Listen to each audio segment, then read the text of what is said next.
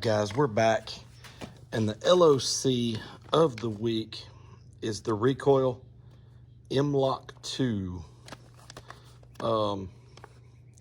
This is not one that I have seen tested by anybody else. I have no idea how it performs, but let's open the package. And I noticed after I bought this on their website, they also make another version for about $5 more. Looks the same, except it's adjustable here and here. It basically has a gain for the left and for the right where it's adjustable. The output and stuff reads the same on their website, but if it's like a bass knob is on an amp, but I'm sure it is, that not having it plugged in, the same as not having the little gains here, would be the same thing as having it plugged in but turned all the way up. But golly, this thing is tiny. Look how little this thing is. I like that though. In those situations where you need to put one behind the head unit, you know, up under the dash or something like that, this little thing would be perfect. That thing is so small. But if you're wanting to mount it out on an amp rack or make it look nice, you know, this isn't the one. There's not even any way to mount it. But let's just see what you get here. You can see the part number and stuff there. Recoil MLOC2 2-channel mini. It claims, let's see what this is, to be the world's, what did it say online? The world's smallest does it say that on here? I'm not going to read through this whole thing. You guys could pause and read if you want to. There's what each wire means. Yeah, you get a remote turn on with this, which is pretty cool. That's pretty standard nowadays, but that's awesome to get the remote turn on. This is what I saw online that interested me. This thing accepts up to 80 watts. Get out of here, fly. Are y'all having problems with flies like we are for about the 3rd or 4th year in a row? Anyhow, 80 watts of input and delivers up to an 10-volt output. So, wow, they're claiming up to 10 volts of output. I say, let's hook this thing up. I'd like to hook it up and do all the same testing that we did on those 2 Down for Sound LOCs. The input voltage, the output voltage, the DD1, the O-scope with, you know, the input and output sine waves up at the same time. Let's just do a full test. And I want to mention something else. I don't think I've mentioned it in the other 2 videos, but when these things are reducing the voltage, excuse me, guys, even when it's reducing the voltage super low, it's doing its job. That's actually what it's supposed to do. So it's kind of funny. We get all worked up if the output voltage to the RCAs isn't too high. And I'm one of those people. I like to see some decent, I don't need to see 7 or 8 volts, but I like to see 2 to 4.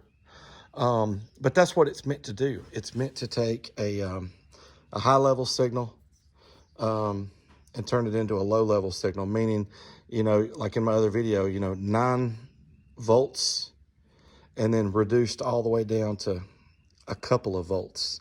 And that's what it's meant to do. It's meant to reduce that voltage and provide an RCA. That's why you can't just take your speaker wires.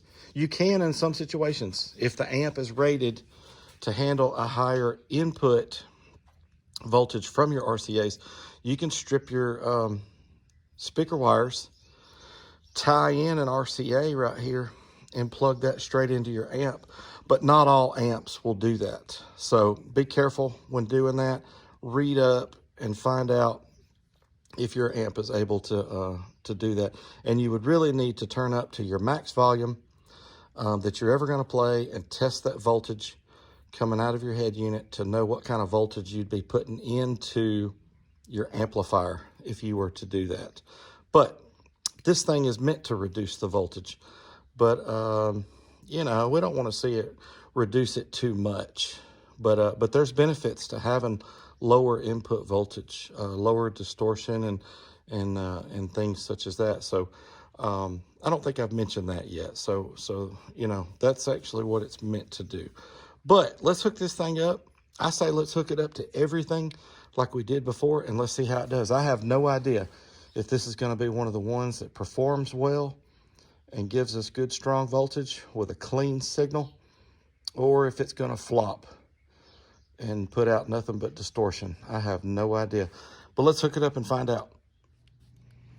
All right, guys, I want to just pause for a second. I'm in the process of hooking this up, but I didn't even notice when I was talking the first time about this, that this one is just like the kicker.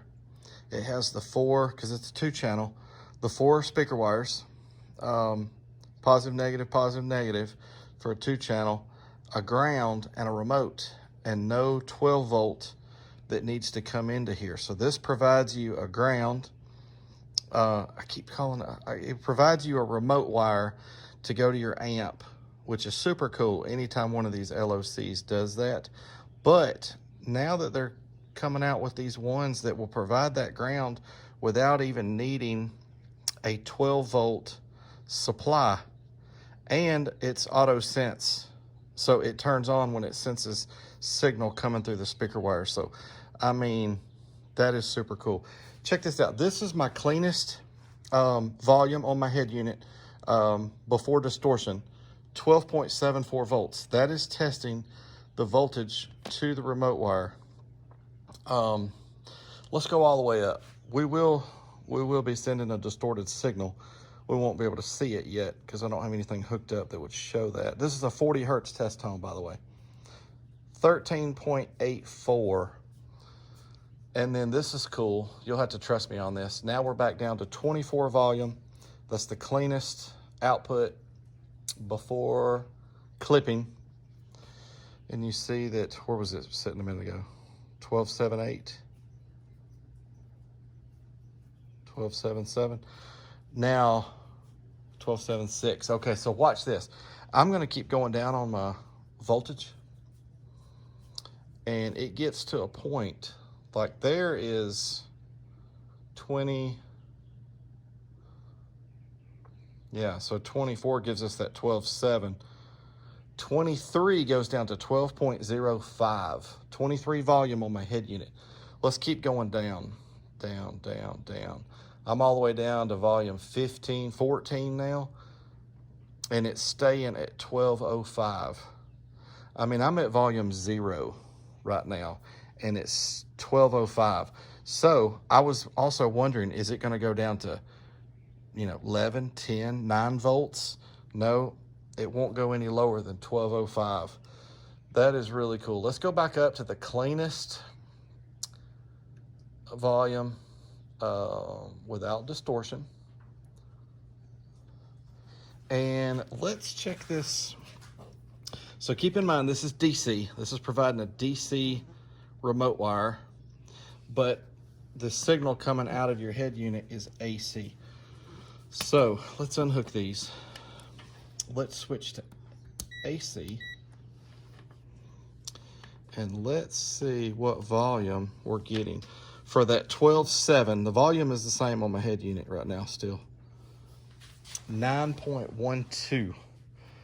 So 9.12 volts of AC voltage coming into the LOC, and it's providing 12 volts, the track reset right there. 12.7 DC volts coming out. I don't really know how they do that. I'm going down on the volume. So yeah, so see, when you go down on your volume, look how low it goes. That's volume 17 on my head unit. Let's just keep going. I mean, it's going to go to 0 I mean, look at that. That's volume 7.8. Let's just go all the way. There's volume 1.13, and there's 0, volume 0. I don't know how they're doing that. How are they getting that coming in, but still 12.05 DC coming out? I don't understand that. I don't understand that. It's super cool, though, I tell you that. All right. I was planning to just hook this thing up completely and then come back on the video, but I had to pause for a second and try these things before I finished hooking it up and getting out all my other stuff. Super cool. Anyhow, stay tuned for I might end up needing to make 2 videos out of this, but stay tuned for the video that's got the performance of it hooked up to everything.